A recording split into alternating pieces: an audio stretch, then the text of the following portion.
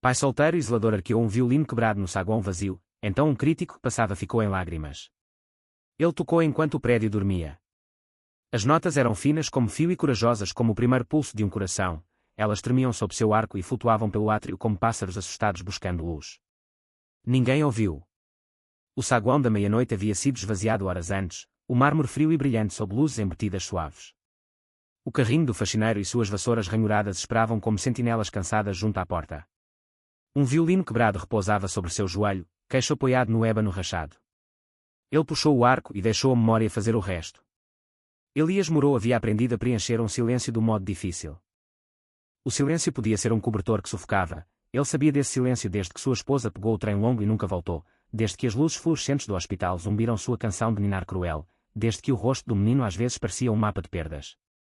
Suas mãos conheciam o trabalho da noite, recolher copos de café descartados, varrer as migalhas e as cinzas de cigarro dos dias de outras pessoas, persuadir o carpete cansado do saguão a recuperar o orgulho.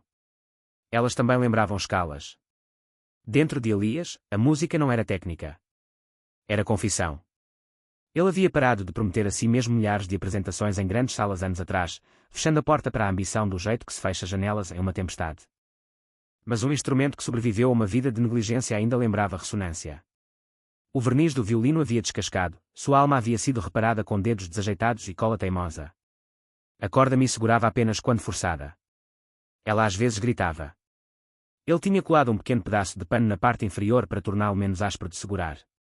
Ainda assim, quando seu arco pressionava e sua respiração se estabilizava, verões inteiros se encaixavam e a mão pequena de seu filho em torno de um copo de papel se tornava um metronome. As primeiras notas foram hesitantes.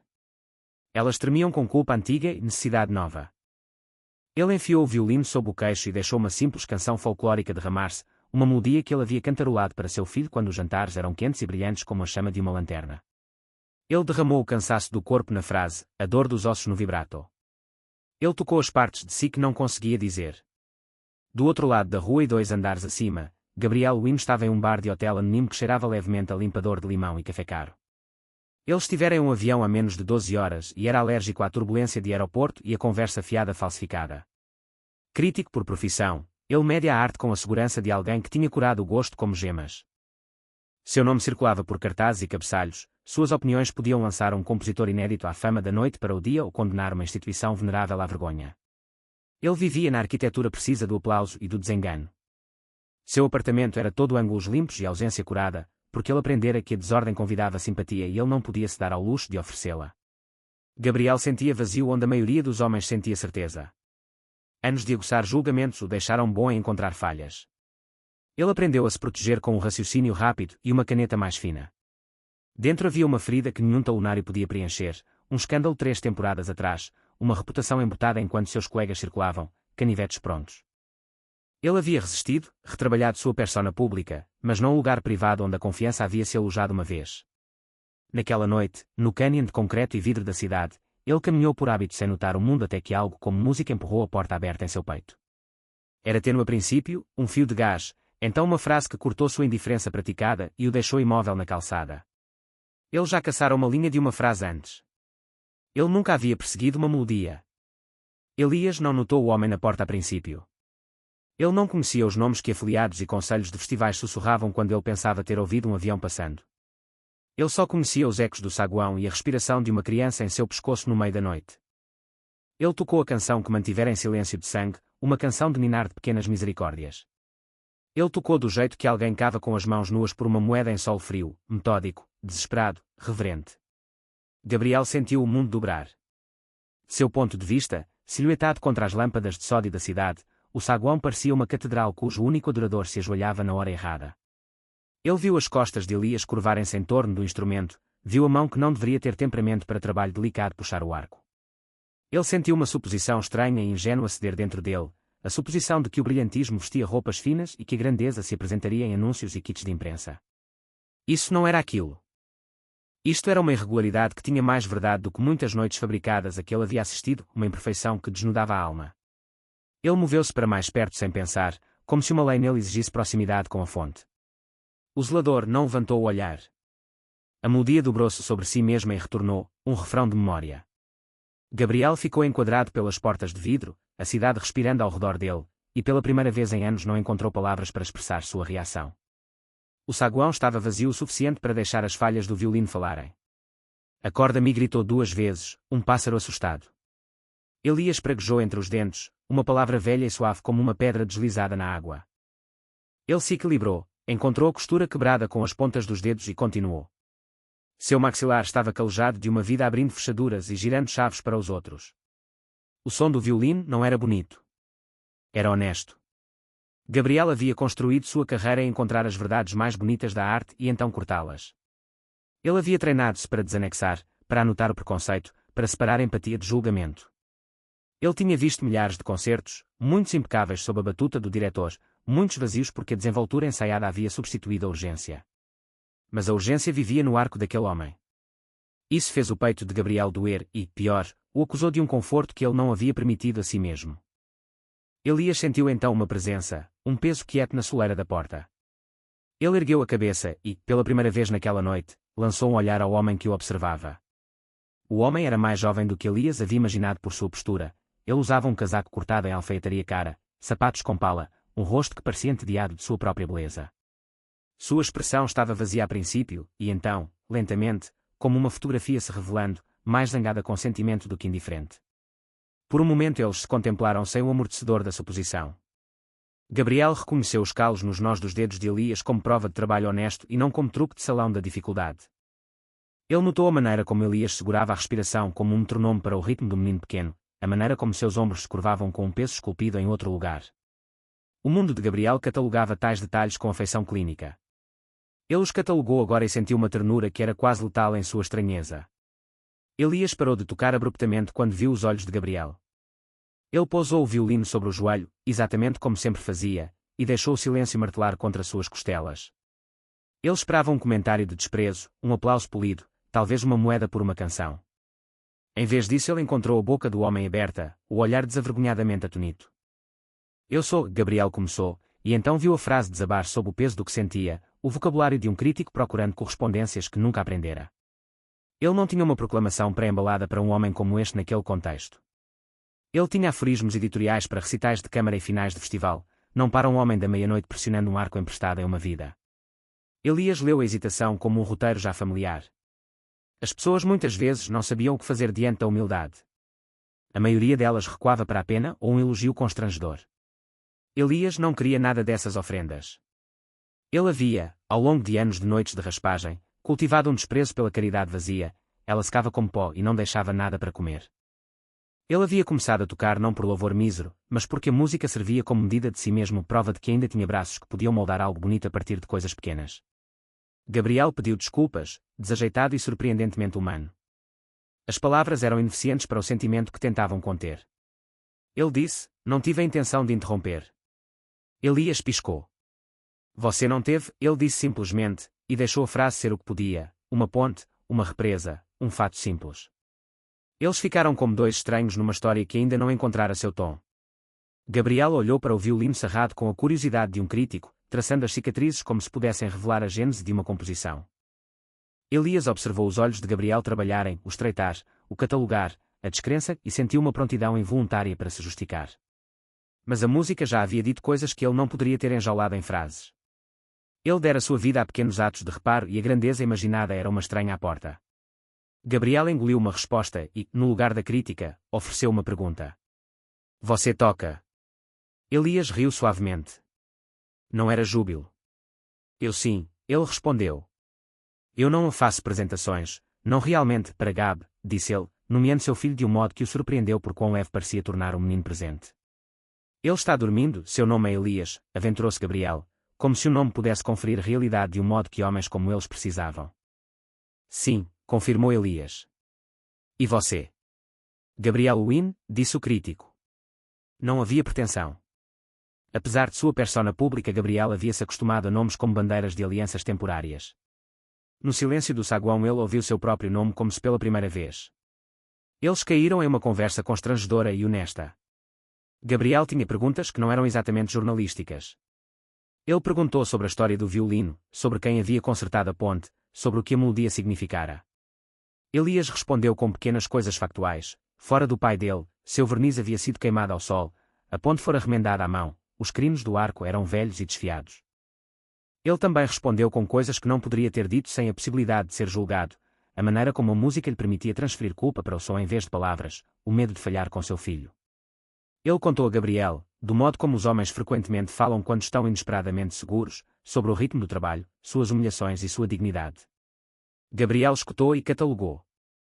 Sentiu algo nele deslocar, um contabilista realocando fundos do desprezo para algo como gratidão.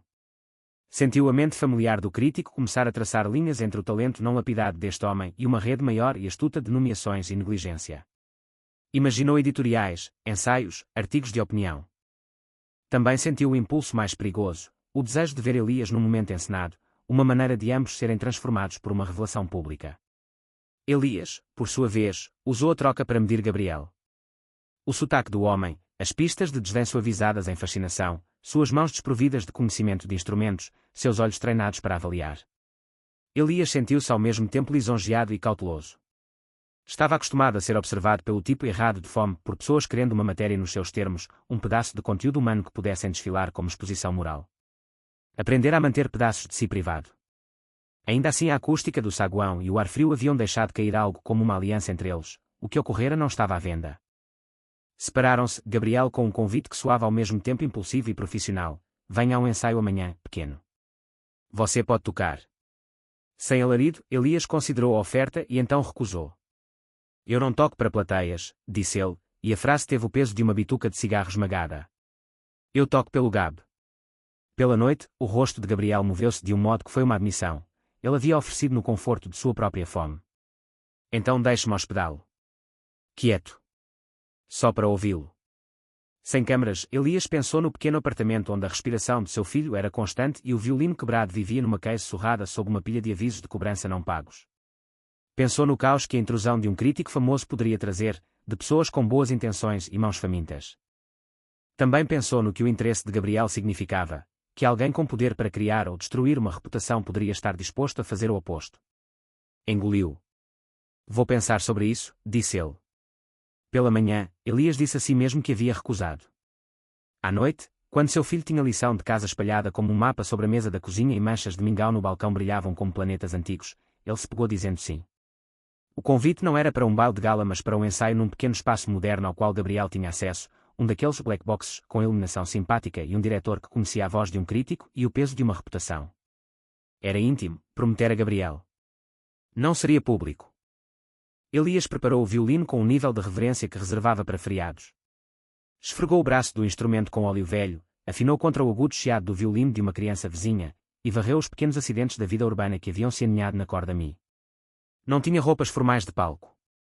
Ele vestia uma camisa lavada várias vezes e uma jaqueta que sua mulher gostara. Ele respirou e se carregou com os pequenos rituais de coragem, uma xícara de café amargo, uma oração de 2 minutos, um beijo na testa adormecida do seu filho. Gabriel passou o dia como um homem prendendo a respiração. Ele pedira um ensaio e tivera em mente a verdadeira limitação da palavra, não um espetáculo mas uma audiência privada. Ele telefonou para o diretor do local e combinou um horário no fim da tarde. Descobriu, com o desconforto de um crítico antigo, que seus próprios colegas tinham olhos para a história. Ele os desviou. Queria que aquilo fosse um momento único, sem marcas, um teste para ver se a música que ouvira em um saguão era tão grande quanto a sentira. No espaço de ensaio, a sala cheirava a tinta fresca e cortinas velhas. Uma única lâmpada pendia como um olho. Gabriel viu Elias entrar com a dignidade de alguém trazendo uma refeição do campo para uma mesa da cidade, viu a case do violino como uma bolsa de viajante. As mãos de Elias moveram-se com uma economia de gesto que falava de vida cotidiana, não do palco. Ele sentou-se como um homem voltando para casa. Elias tocou e a sala escutou. Gabriel sentou-se na escuridão e tentou separar o homem do mito que ele construía. A melodia não era pirotecnia virtuosa. Não fora feita para ser. Houve pequenas falhas, uma nota errada ou duas que, em outro ouvido, teriam sido um ultraje. Mas Gabriel sentiu algo que não sentia há anos, sentiu uma verdade tão simples e honesta quanto a mão de uma criança na noite. A música não estava polida, era necessária. Tinha o tipo de erros que provavam que o Criador vivia dentro da criação. Depois da primeira peça, Gabriel avançou e pediu para falar com Elias. O diretor os deixou a sós.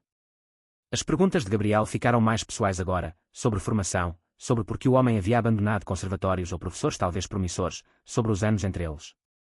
Elias respondeu com uma precisão que não era ensaiada. Ele fora bom o suficiente para bolsas uma vez e tivera que se afastar por razões que iam entrando em seu peito como um trânsito inesperado. Um pai doente, contas, a boca faminta de um bebê, pequenas verdades que fizeram um artista acomodar a vida em vez da vida acomodar a arte.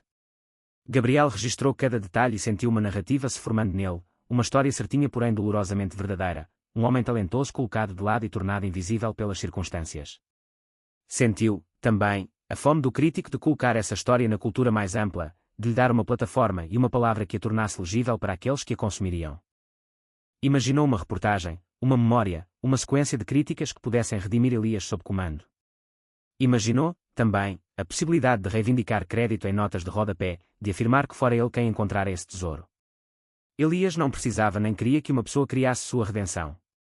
Precisava de um cliente honesto que valorizasse o que ele queria fazer, ensinar seu filho e outras crianças como ele, não apenas tocar em grandes salas e partir.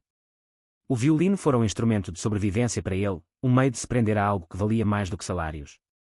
O palco significaria mais dinheiro, sim, mas mais turnês e menos tempo com a pequena vida que reconstruíra como uma casa com pregos faltando. O ensaio daquele dia terminou sem alarde. Gabriel acompanhou Elias até em casa porque o mês de chuva tornara recentemente caminhar um ato de solidariedade. Tiveram mais conversa na calçada do que quaisquer dois possíveis aliados poderiam ter esperado. Viraram-se a falar de fracasso não como evento mas como clima. Trocaram as pequenas humilhações que os haviam acossado, colegas que haviam sido mais amáveis em público e cruéis em privado, trens de oportunidade perdidos e, para Elias, um resultado que fora a retirada do direito de guarda por uma temporada até que pudesse provar que tinha estabilidade. Gabriel escutou. Sentiu humildade ao escutar, uma sensação a que não se entregara há anos. Soube como alívio. Pensou em sua própria ferida, no escândalo que lhe arrancara uma ascensão constante, e percebeu a semelhança. Ambos conheciam o que o julgamento público podia fazer. Decidiu, de uma maneira que o surpreendeu, agir de modo a não ferir. A crise chegou na semana seguinte. Não foi uma catástrofe singular e ordenada mas uma série fraturada de falhas que se alargaram como uma rachadura pelo mundo de Gabriel. A cidade foi tomada por uma controvérsia repentina. Um festival vanguardista que Gabriel ajudara a organizar encontrou-se no centro da ira pública. Uma peça encomendada fora acusada de plágio, uma acusação que minou a credibilidade do festival e ameaçou a retirada do principal patrocinador. A ira pública transformou-se em petições. O Conselho exigiu uma solução e, com publicações já inclinadas à retribuição, o papel de Gabriel como principal comentarista sobre a qualidade do festival não era mais meramente consultivo, tornara-se instrumental. Ele convocou especialistas, reuniu advogados, sentou-se em painéis tensos onde tecnicalidades eram atiradas como facas afiadas. O diretor artístico do festival, um homem cuja vida era feita em assumir riscos, insistiu que isto era um mal-entendido. O Conselho exigiu uma demonstração imediata de trabalho original, uma prova de autoria que a peça não possuía de uma forma que satisfizesse os patrocinadores. A situação escalou, um revisor externo declarou a peça derivativa, um patrono proeminente anunciou que poderia retirar o financiamento, e o próprio nome de Gabriel, ligado à imagem do festival, vibrava com o risco de colapso. Os canais usuais de poder falharam. Contratos não podiam fabricar genialidade, credenciais não podiam conjurar uma originalidade viva e pulsante em uma semana. Especialistas discutiram e novas acusações floresceram. Gabriel sentiu a confiança do Conselho deslizando como areia. Ele tentou reagir com palavras, com relatórios cuidadosamente calibrados, mas aquilo que precisava ser provado não era um argumento legal. Era autenticidade. Tarde numa noite, exausto e furioso, Gabriel se encontrou no pequeno restaurante junto ao espaço de ensaio, e então, por reflexo ou desespero, à porta do hotel onde Elias trabalhava. Ele pensou em como Elias havia dito que não se apresentava para multidões. Ele pensou nessa honestidade. Ele pensou no violino naquele saguão trêmulo e na maneira como as fraturas do instrumento pareciam conter verdade, onde tantas produções curadas eram ocas. Elias estava varrendo o turno da noite quando Gabriel entrou, o corredor iluminado como uma confissão relutante. Ele não ficou surpreso ao vê-lo. Algumas reuniões simplesmente pressionam o calendário no lugar. O crítico explicou a crise, as exigências do Conselho, a impossibilidade de fabricação. Pediu ajuda a Elias de uma forma que engolia o orgulho e pedia risco. Elias ouviu. Ele reconheceu a forma do problema, não uma tecnicalidade, mas a necessidade de prova moral, uma demonstração de que algo nascera de uma voz humana real. Você quer prova de autenticidade, disse ele finalmente. Você quer algo tão honesto que eles não possam negar sua origem? Sim, disse Gabriel. Sua voz tinha o peso de alguém admitindo medo. Precisamos de uma forma de mostrar que a arte ainda pode surgir de um lugar honesto, que não requer pedigree. Elias sentiu o velho peito colapsar com um comércio familiar. Ele pensou na classe de orquestra do menino pequeno e na maneira como seu filho mantivera o ritmo com o pé numa apresentação escolar. Pensou na criança do vizinho que não podia pagar aulas. Pensou no violino como um instrumento que não pertencia a nenhum conjunto de credenciais. Seus dedos roçaram a madeira de seu instrumento como o nome de um amante antigo. Considerou a oferta e então, num lampejo de clareza que às vezes vinha após uma vida de escolhas feitas, viu que podia fazer aquilo e permanecer fiel a si mesmo. Eu ajudarei, disse ele. Não era um trabalho, era uma tarefa que exigia que trouxesse seu talento à tona de um modo que o conselho não esperaria. Gabriel explicou seu plano, uma demonstração ao vivo no palco central do festival, mas sem pompa. Queria algo não fabricado. Queria um momento em que uma plateia pudesse testemunhar a criação que carregava o custo de sua fabricação à vista. Seria breve e cru. Elias e um punhado de crianças de programas comunitários sem recursos apresentariam um conjunto simples de peças folclóricas e variações improvisadas que não poderiam ser acusadas de roubo acadêmico. Gabriel redigiria a peça como um testemunho de autenticidade, e um segmento filmado seria distribuído entre membros do conselho e patrocinadores. Elias concordou em princípio, mas insistiu numa condição que era o coração de sua vida: seu filho e outras crianças como ele deviam ser incluídos. Ele não aceitaria um papel que relegasse ao lado o propósito que carregara em silêncio. Queria que a demonstração não fosse sobre Elias, mas sobre uma comunidade. Queria que a apresentação significasse algo a longo prazo, que atraísse atenção para programas de música em bairros negligenciados, não apenas para resgatar a imagem de um festival. Gabriel se sentiu estranhamente comovido e imediatamente pragmático. Ele conhecia a ótica de tal plano: críticos amam histórias da Cinderela, mas patrocinadores gostam ainda mais. Prometeu a Elias que não transformaria a demonstração em uma anedota viral com o elenco como adereços. Prometeu usar todos os canais que tinha para salvaguardar a dignidade das crianças. Trabalharam num período comprimido de atividade frenética.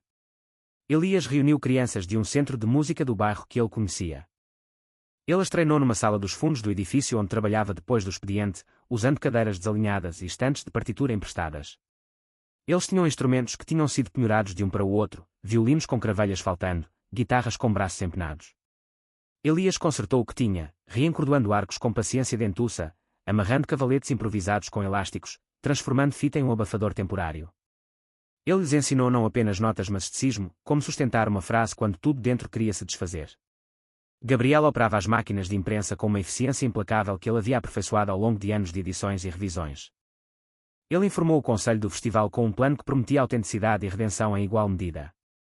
Ele convenceu o diretor artístico a aceitar um slot curto e despojado no programa da noite e persuadiu uma equipe de câmaras a comprometer-se com uma perspectiva que não exotizaria as crianças mas as apresentaria como algo imediato e humano. Entre os céticos estavam os patrocinadores do festival, um grupo de homens e mulheres que haviam se acostumado a receber excelência embalada em seda.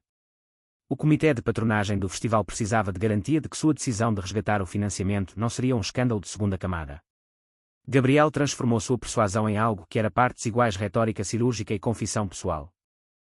Ele lhes contou sobre o violino do saguão e sobre como ele havia sido parado no meio da noite por um som que o fez sentir-se humano de novo. Ele deixou seu próprio assombro fazer parte do argumento. A noite da demonstração chegou como uma respiração compactada.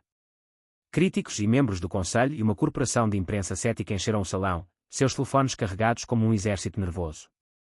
A controvérsia da obra encomendada pelo festival ainda pairava como uma nuvem de tempestade, mas a noite prometia uma possível abertura. Elias ficou nas asas e sentiu seus velhos nervos. Ele olhou para trás, para o pequeno grupo de crianças que havia reunido. Seus olhos eram grandes, honestos e famintos. Eles apertavam instrumentos com a devoção feroz daqueles que se viram. Elias viu o rosto de seu filho entre eles e se firmou. Ele não olhou para Gabriel, aquele homem já havia dado o suficiente, havia posto sua reputação em jogo, mas manteve a promessa de permanecer humilde. Elias permitiu que a gratidão fosse sua própria pequena e feroz música. No palco foram anunciados e caminharam para a luz sem um floreio. O silêncio que caiu estava cheio de expectativa e ceticismo, como um tribunal esperando veredito. As primeiras notas frágeis subiram e os críticos se inclinaram para frente. Os tempos das crianças estavam irregulares em lugares, alguma afinação deslizou para o azul. Houve momentos de fragilidade visível quando um arco hesitou. A audiência tensionou nesses momentos como se pronta para retirar sua afeição. Então algo aconteceu. Elias, que havia começado o conjunto com uma melodia simples, deixou a melodia se soltar em improvisação. Ele ensinou as crianças pelo exemplo, convidando-as a preencher espaços com coragem. Ele entreteceu pausas na frase como um homem remendando uma rede, e as crianças, comovidas pela firmeza do homem, se viram seguindo com pequena bravata. Não foi perfeito. Estava saturado de risco humano, o tipo preciso de autenticidade que não podia ser manufaturado em um estúdio. Da plateia, Gabriel observou com uma reverência aterradora. Ele soube, de modo crítico, quando uma performance carregava a marca da verdade vivida. Ele viu, também, a onda dessa verdade nos rostos do conselho e dos patrocinadores que haviam vindo por formalidade. Ele observou as câmaras captarem não uma exposição mas um momento humano. Ele sentiu a sensação de vindicação, do festival sendo salvo por uma realidade que antes havia renegado. Ele sentiu outra coisa também, um alívio pessoal ao homenagear o homem que lhe lembrara como ser movido. No fim, os aplausos não foram estrondosos. Foram prolongados e constantes, do tipo que recompensa o risco e reconhece o custo. A sala exalou junta. Alguns no balcão enxugaram os olhos com dignidade. Um cronista de um jornal rival sussurrou uma frase a Gabriel feita como um elogio e uma ameaça: "Isso vai se espalhar." No dia seguinte, a história se espalhou.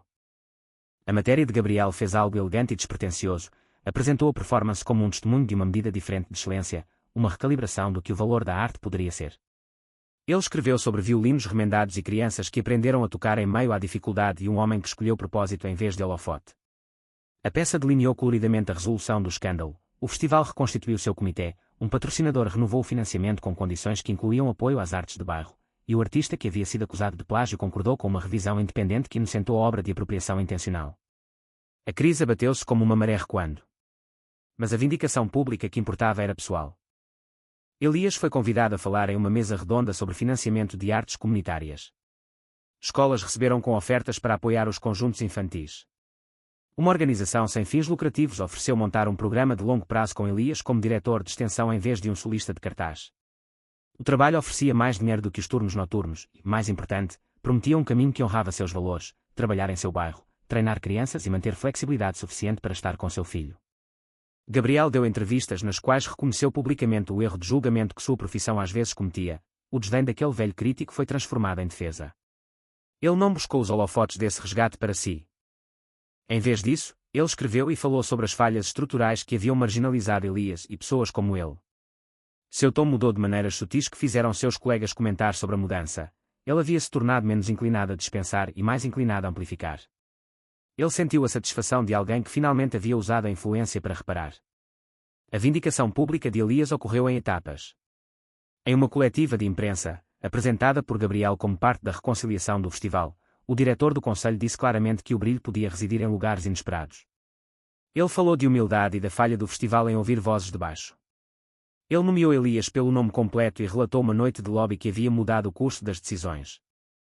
Elias ficou à beira do púlpito, o microfone alto demais, as mãos alisando roupas que não podiam esconder a fuligem do seu trabalho. Câmaras o focalizaram e ele sentiu, pela primeira vez, uma mistura incomum de exposição e alívio. Alguns de seus antigos vizinhos alinharam-se para elogiá-lo, desajeitados em sua afeição. O Centro de Música o saudou como um arquiteto de uma nova geração. Ainda assim ele se sentiu mais vitorioso de uma maneira quieta e prática. A organização sem fins lucrativos que o havia feito diretor de extensão comprometeu-se a financiar aulas e instrumentos para uma coorte completa de alunos. Gabriel criou uma bolsa em seu nome que garantiria um apoio sustentável que não poderia ser rescindido como um capricho.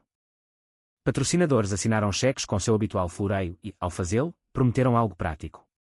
A escolha de Elias, uma vez oferecidas opções maiores, não foi aceitar os compromissos do circuito teatral que o tirariam de casa.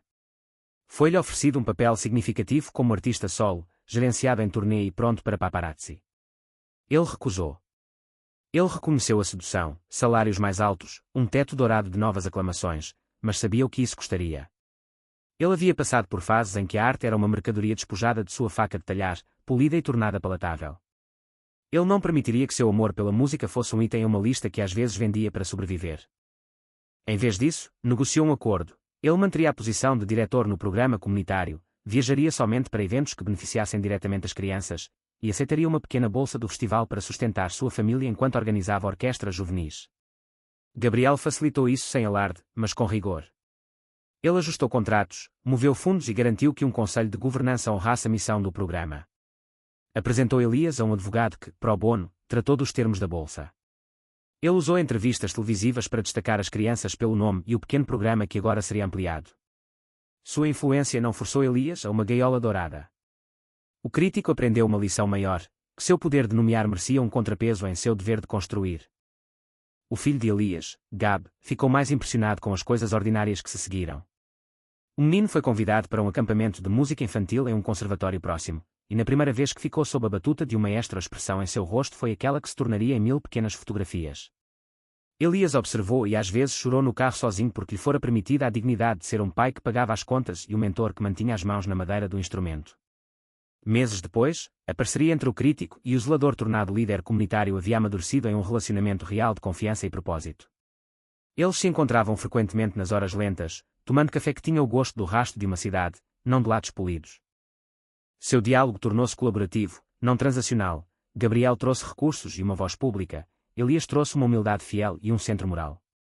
Às vezes discutiam sobre programação, sobre o risco de superexposição, sobre o que constituía sucesso, mas essas discussões eram do tipo que unem ossos. Aqueles que tinham sido céticos, como muitos eram, observaram a transformação com uma mistura de irritação e admiração. Alguns críticos argumentaram que o abraço de Gabriel ao azarão era teatralmente conveniente, uma jogada de relações públicas. Outros, que haviam visto de perto os concertos das crianças, foram silenciados pelos resultados do trabalho constante. Os patrocinadores do festival, que antes eram conservadores e temerosos de escândalo, tornaram-se apoiadores experimentais de programas comunitários, impulsionados pelos resultados mensuráveis. Homens que costumavam menosprezar talentos de rua se viram na plateia em recitais de bairro. Elias vivia de forma diferente agora, mas não com ostentação. Ele manteve seus turnos noturnos nos primeiros meses porque confiava no ritmo do trabalho para mantê-lo enraizado. Ele dava aulas à tarde e viajava ocasionalmente para um programa que exigia sua presença, geralmente para cidades vizinhas, não metrópoles cintilantes. Ele manteve o violino quebrado em seu estojo, agora consertado com mais cuidado e com algumas peças novas doadas por um luthier bondoso que o chamou por um nome que parecia uma honra. Ele aceitou pagamento menor do que o Circuito Sol poderia ter oferecido porque a medida de sucesso para ele havia mudado para quantas crianças poderiam ficar em pé e tocar sem se sentirem invisíveis. Gabriel, por sua parte, assistia aos concertos das crianças não como crítico, mas como amigo. Ele se sentava na parte de trás e às vezes batia palmas de um jeito que era mais alto e menos condescendente do que jamais conseguira por conta própria. Ele escrevia pequenos ensaios sobre a virtude da humildade e publicava colunas que instavam as instituições a ouvir. Ele não deixou de cumprir o dever de crítico, pelo contrário, deixou que esse dever fosse moldado pelo princípio que aprendera na porta do saguão: reconhecer e construir onde o reconhecimento falhara. Os anos se ampliaram numa rotina de projetos compartilhados. Eles construíram um modesto salão de ensaio numa parte da cidade que outrora fora um distrito de armazéns. Patrocinadores equipararam a capacidade de Gabriel de dar voz com estruturas financeiras desenhadas para evitar o hábito predatório de distração. O salão tinha um palco baixo, boa acústica e um quadro de avisos onde nomes de crianças estavam listados como constelações. Elias pintou o palco com o filho e os outros voluntários do centro. Gabriel negociou a papelada que tornou o salão permanente, uma pequena cidade de som que sobreviveria à fama imediata dos dois homens. Os céticos amoleceram com o tempo à medida que o impacto do trabalho se tornou mensurável: audições para a faculdade, bolsas de estudo em música, a dignidade silenciosa de famílias que não se sentiam mais forçadas a escolher entre aluguel e aulas. A influência de Gabriel deslocou-se de artigos de opinião para reuniões de política, onde ele fazia lobby por alocações de subsídios que olhassem além de cheques performativos. A presença de Elias na comunidade tornou-se uma força estabilizadora. Ele não era uma estrela nos tabloides, mas um pai que ensinava na garoa das tardes de dias úteis, mãos pacientes, voz suave. Numa certa noite de outono, anos depois daquela noite no saguão, Gabriel e Elias ficaram no salão que tinham feito juntos. O ar tinha cheiro de café quente e lustramóveis. Crianças circulavam afinando seus instrumentos, os sapatos delas arranhando o chão de maneiras que faziam os corações sorrirem. Gab, agora um adolescente, ajustava sua gravata para um recital. Ele tinha a postura de alguém a quem fora dada permissão para ficar de pé. Gabriel os observava como se de uma pequena distância privilegiada. Ele lembrou do mármore do saguão e de um homem curvado sobre um violino quebrado. Ele pensou no artigo que escrevera anos antes, aquele que mudara um festival e colocara uma comunidade em movimento. Ele sentiu uma gratidão que nada tinha a ver com reputação. Ele havia encontrado em Elias não um sujeito para criticar, mas um parceiro na construção de um mundo que se recusava a deixar o talento ser medido apenas pela pedigree. Elias estava ao lado dele com o violino preso casualmente às costas. Ele parecia mais velho e mais suave no rosto, mas não menos vital. O homem que antes guardava sua música na segura privacidade da noite havia encontrado um propósito, não as luzes do palco mas os pequenos palcos firmes de um bairro. Ele havia mantido sua escolha de estar presente para o filho. Suas mãos haviam salvado mais do que instrumentos, haviam salvo salas. Os dois haviam sido mudados, de forma imperfeita e bela. A arrogância de Gabriel havia sido desgastada até algo generoso. A invisibilidade de Elias havia sido substituída por influência medida não pelo aplauso mas pelo número de crianças que sabiam ler música. A moral de sua história não era uma linha conclusiva arrumada mas uma prática constante, notar e agir. Na luz que diminuía do salão, Elias puxou o arco sobre uma nota como sinal e as crianças se arranjaram. A música elevou-se com a mesma insistência frágil como no saguão anos atrás, mas com mais corpos e mais razões para existir. Gabriel escutou e sentiu uma verdade que agora podia nomear sem necessidade de retórica: o reconhecimento importa, mas são as escolhas que seguem o reconhecimento que formam a espinha dorsal de qualquer vida significativa. Mais tarde, quando o salão esvaziou e as xícaras e programas descartados foram varridos para um container industrial, Gabriel e Elias sentaram-se juntos numa pequena mesa junto à janela. Lá fora, a cidade movia-se em constelações lentas. A necessidade do crítico de julgar havia sido substituída por uma curiosidade constante. A velha humildade do zelador tornara-se uma autoridade silenciosa. Você já pensou? Gabriel perguntou com uma voz que tinha cada vez menos de ar esta cortante que antes tinha, que um saguão mudaria uma vida. Elias olhou para a cidade e sorriu, uma pequena linha que aprendera os temperos da tristeza e da alegria. A música muda vidas, ele disse simplesmente. Às vezes ela apenas encontra um lugar estranho para começar. Gabriel assentiu. Às vezes ela precisa de alguém para notar. Elias olhou para ele como se conferindo uma lista de dívidas e encontrou o balanço. E às vezes ela precisa de alguém com uma caneta que decide construir, não apenas nomear. Eles terminaram o café e saíram para uma noite ordinária. As luzes da cidade zumbiam com a baixa satisfação de pessoas que têm trabalho a fazer e a coragem de fazê-lo. Em bolsos e cantos, instrumentos eram afinados e praticados. Em salas de estar, crianças liam notas como mapas. Em algum lugar, um violino cerrado repousava numa capa transformada em instrumento cerimonial, seu verniz polido. Os dois homens haviam encontrado um ritmo que continuaria, um que os incumbia de notar e agir, de ouvir e ajudar. A história deles não terminou com fama ou fortuna.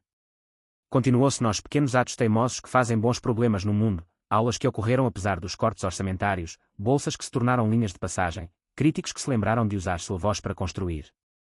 Era a história de dois homens que se encontraram numa noite em um saguão vazio, e na colisão de seus status, ambos se encontraram menos solitários. A moral final era simples e explícita, porque ambos os homens haviam aprendido a saborear a clareza da fala simples: grandeza nem sempre se veste para companhia, e misericórdia pode ser a forma mais radical de reconhecimento. O ar da meia-noite tinha gosto de chuva e piche velha enquanto Gabriel e Elias se afastavam do salão de recital, seus passos medidos no pavimento molhado. A cidade tinha um modo de prender a respiração entre quarteirões, e nesse silêncio cada pequeno som se tornava importante: uma sirene distante, o clique de um sapato no metal, a risada abafada de duas pessoas compartilhando um guarda-chuva. Gabriel sentia cada som como pontuação, um mundo que havia se reorganizado em frases que ele não sabia ler até recentemente. Elias estava mais leve no passo do que havia estado meses atrás. O trabalho da semana o deixara exausto até os ossos, mas havia uma satisfação na fadiga, como um instrumento esticado assentado em afinação perfeita. Ele passou a mão enluvada sobre o estojo que pendia do quadril, sentindo a aspereza do couro e a memória de verniz e colfonia. Lá dentro, o violino cerrado dormia, tão sagrado quanto qualquer relíquia. Ele o havia carregado passando pelo hospital onde sua irmã havia trabalhado uma vez, pela lavanderia onde consertara uma secadora quebrada de graça uma vez, pela escadaria onde uma criança que ele ensinara a aprender uma vez a escala de Lá menor e descobrira que isso fazia o mundo parecer mais gentil. Você já pensou, Elias disse depois de um momento, que a cidade é como uma orquestra que esqueceu de ler sua própria partitura. Ele falou leve, mas sua mente tinha para onde ir com essa metáfora. Ele observou um par de adolescentes discutindo baixinho numa escadaria e pensou em contraponto, em linhas que colidiam e faziam sentido somente quando alguém as mantinha juntas. Gabriel riu, um som limpo que costumava ser raro. Ele inalou o cheiro metálico da chuva e o agradável gosto adocicado do café torrado que permanecia perto de uma barraca de esquina, como se a noite oferecesse pequenas consolações. Talvez precise de mais zeladores, ele respondeu, e a ponta da velha ironia permaneceu. Ele uma vez se chamara crítico, uma pessoa que nomeia e categoriza, agora sentia-se tornando um construtor de andaimes para outros. Passaram por uma vitrine com as luzes amortecidas e um cartaz escrito à mão prometendo aulas de matemática e leitura para crianças do bairro. Elias fez uma pausa e espiou através do vidro, seu reflexo fundindo-se com os cartazes no interior. A visão puxou uma corrente familiar de pensamento nele, o que significava ensinar, dar sem teatralidade. Ensinar tivera sido sua primeira forma de música. Antes de se apresentar publicamente ele havia ensinado algumas crianças no centro comunitário a empunhar o arco e respirar, a encontrar um ritmo em suas próprias mãos. Devíamos entrar, Elias disse de repente, a voz baixa com uma espécie de gentileza urgente. Ele tinha então aquele olhar, boca fechada, pestanas baixas, o homem que mede as palavras porque elas podem ser ferramentas assim como armas. Só para ver, para deixar um bilhete, talvez oferecer um espaço de ensaio quando o salão estiver aberto, Gabriel observou, lembrou-se de dias em que zombara da generosidade, quando toda bondade era suspeita, produto de algum desígnio. Agora estava atento às pequenas decisões que construíam ou quebravam coisas. Ele assentiu. Vamos deixar um bilhete e um horário tornar oficial em tinta, não apenas em nossas cabeças. Eles entraram. A sala cheirava a pó de giz e papel velho, a lápis de cor e uma doçura que parecia verão. As crianças já haviam ido para casa, cadeiras dobráveis encostavam na parede como estátuas pacientes. Uma mesa no canto segurava um pote de moedas e um cartaz com um professor sorridente cuja fotografia havia desbotado. Abaixo, alguém havia rabiscado a lápis uma linha sobre o lugar estar precisando de cordas de violino. Elias colocou o estojo sobre a mesa, abriu-o cuidadosamente e escreveu no verso de um programa que guardara do recital. Sua caligrafia era firme, pequena, do tipo de quem aprendera a escrever em longos silêncios. Ele escreveu que o salão daria tempo de prática e que Gabriel organizaria uma lista de voluntários da orquestra e da equipe dispostos a ajudar com mentoria. Deixou a caneta pausar, então acrescentou uma linha: aulas gratuitas para quem não pudesse pagar um professor. Gabriel observou o movimento da mão de Elias e sentiu um calor doméstico desconhecido. Pensou sobre a linguagem, as sentenças públicas que usara em críticas e colunas, as sentenças privadas que agora pareciam mais importantes. Você já pensou em quantas pessoas nunca tiveram alguém para lhes entregar o primeiro arco? Ele perguntou. Ele fizera a pergunta com intenção retórica, mas a risada de uma criança na rua alcançou-os e fez-o querer uma resposta real. Elias sorriu, algo privado. Você lhes entrega o arco, você lhes entrega permissão, às vezes isso é tudo que é preciso. Ele fechou o estojo, o clique do fecho e quando como um metronome suave. Imaginou a escadaria cheia de crianças aprendendo escalas, o suor do bairro dando lugar a cordas afinadas.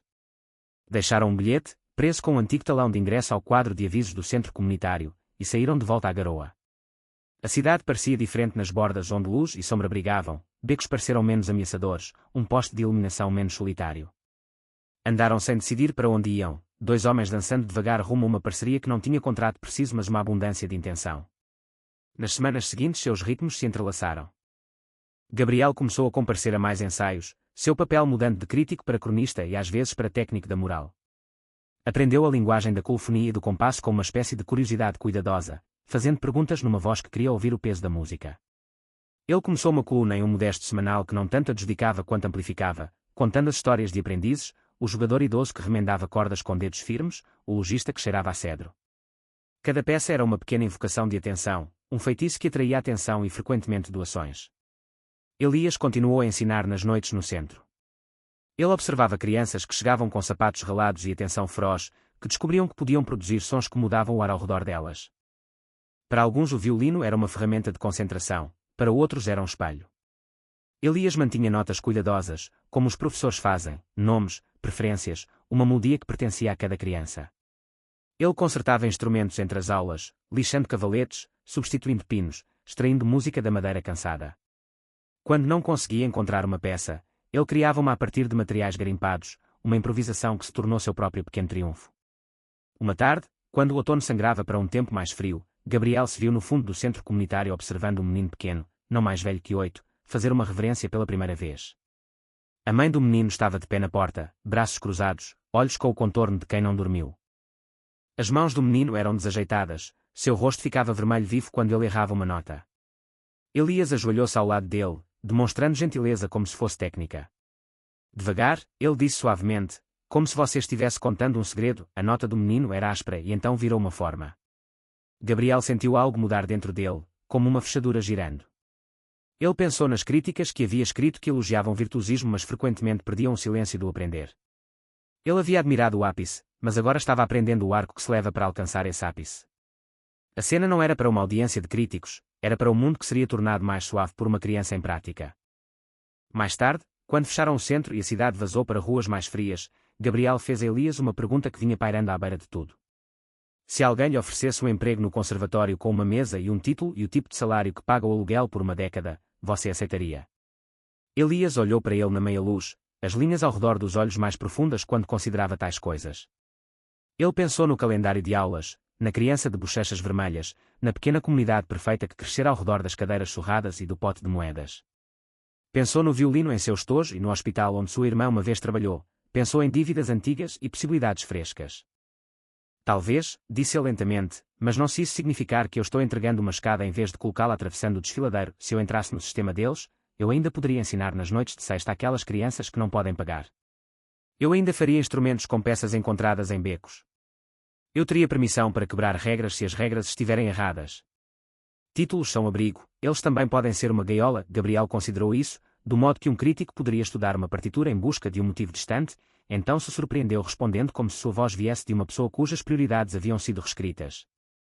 Então construiremos uma ponte em vez disso. Você terá um escritório de um CISO ajudar a conseguir as peças. Eu vou garantir que o conservatório lhe dê financiamento para a extensão comunitária. Não amarras, escreveremos o trabalho para incluir as pessoas, não o prestígio. A risada de Elias então foi suave e quase incrédula. Você soa como um político que aprendeu a ouvir. Talvez eu seja, disse Gabriel. Mas um político com a consciência de um editor. As negociações deles foram coisas pequenas, íntimas. Eles escreveram propostas sobre café, as sentenças impecáveis de Gabriel esclarecendo como os fundos seriam usados, as notas de Elias adicionando guardrails para proteger a autonomia. Eles se encontraram com uma administradora que há muito aprender a medir tudo por planilhas. A mulher pescou algumas vezes diante da insistência de que a proposta incluísse aprendizados e horas comunitárias, então concordou quando Gabriel traduziu ideais em itens de linha. O conservatório, satisfeito com a imprensa positiva e a ideia de um programa de extensão que poderia reabastecer assentos em anos vindouros, concordou em pilotar um pequeno fundo e uma sala de ensaio satélite. O piloto foi bagunçado e perfeito. Houve noites em que o aquecimento falhou e Elias ensinou com luvas, noites em que o cheque de um benfeitor chegou atrasado e Gabriel teve de persuadir doadores com o charme praticado de alguém que aprendera humildade. Também houve noites de música verdadeira, quando 10 crianças se espremiam em uma pequena sala e o som de sua vibração foi grande o suficiente para desobstruir um quarteirão inteiro de simpatia. De volta ao seu próprio apartamento, Gabriel às vezes acordava às 3 da manhã e dobrava notas em um pequeno monte na sua mesa de cabeceira, linhas de elogio que pretendia escrever para os doadores e sentenças destinadas também às crianças. Ele sonhava com uma cidade onde reconhecimento não fosse acumulado no topo mas distribuído como pão. A imagem das mãos de Elias havia se tornado um talismã nesses sonhos. Ele pensou na humildade do zelador, como não fora quieta por fraqueza mas por contenção deliberada. Eles ainda tinham críticos a enfrentar, antigos colegas que pensavam que Gabriel havia abandonado a imparcialidade, outros que achavam que Elias estava sendo preparado para se tornar um enfeite útil. Os dois homens ignoraram esses resmungos, ouvindo em vez disso um cor diferente, a gratidão de uma mãe cujo filho agora podia tocar algo que o fazia sorrir, o crescimento constante da técnica de um aprendiz. Os céticos, como um inverno experiente, descongelaram lentamente. O autor de um jornal rival visitou um ensaio e saiu com a mais tênue umidade no olho. Certo início de noite, um estranho abordou Elias no beco atrás do conservatório, carregando um estojo muito parecido com o seu mas mais novo, polido. O homem se apresentou com um nome antigo no mundo das cordas, um luthier de uma cidade distante que ouvira falar do programa de extensão e queria doar peças. Ele falou com uma calorosidade que tinha o efeito do sol sobre verniz velho. Ele não esperava nada em troca, uma generosidade rara e sem preço que Elias recebeu com gratidão envergonhada. Foi um ato de aprendizado que ultrapassou a música, ensinou uma mão a ser útil e uma mente a ser paciente. Gabriel escreveu sobre a oficina em um texto que não criticava, mas celebrava. Ele escreveu sobre o homem que vinha deixar peças e sobre a maneira como as crianças desmontavam um violino como se fosse um quebra-cabeça no qual cada peça guardava um segredo. A história deles continuou a acumular pequenas cenas como estas, azulejos de mosaico que juntos revelavam um padrão mais intricado do que qualquer um poderia ter planejado sozinho. Noite após noite, a cidade lhes providenciava material, necessidades que se transformavam em programas, programas que amadureciam em rotinas, rotinas que viravam tradições. Gabriel aprendeu a valorizar o arco longo em vez da manchete repentina. Elias aprendeu que a estrutura podia ser uma aliada quando servia às pessoas em vez de ao prestígio. E sempre havia a música, o milagre diário que dobrava o silêncio como luz através de um prisma. Eles não haviam resolvido todas as dores da cidade, nem haviam curado todas as feridas, mas haviam dado uma contribuição honesta. Cada lição, cada instrumento reparado, cada estudante exausto, mas ereto era uma pequena afronta contra a indiferença que antes parecia tão total. Nas horas silenciosas, quando Elias fazia o caminho mais longo para casa e Gabriel parava do lado de fora de uma padaria para ouvir os rádios dos padeiros, ambos se sentiam menos solitários. Eles não haviam reduzido suas vidas a declarações limpas, as haviam expandido em algo duradouro. Ainda havia audiências a convencer e orçamentos a equilibrar, mas a geometria moral de seus dias parecia mais verdadeira. Eles haviam passado do julgamento e do segredo para a administração e a luz. Ainda assim nenhum dos dois homens acreditava que seu trabalho estivesse terminado. Eles haviam cruzado um limiar enorme, mas a paisagem além dele prometia tarefas adicionais. Novas necessidades surgiam, e eles as enfrentavam com os mesmos princípios: notar o negligenciado, traduzir recursos em dignidade e defender a frágil autonomia daqueles que ensinavam e serviam. A cidade guardava seus segredos, mas também começava a devolver sua música quando solicitada com educação e persistência.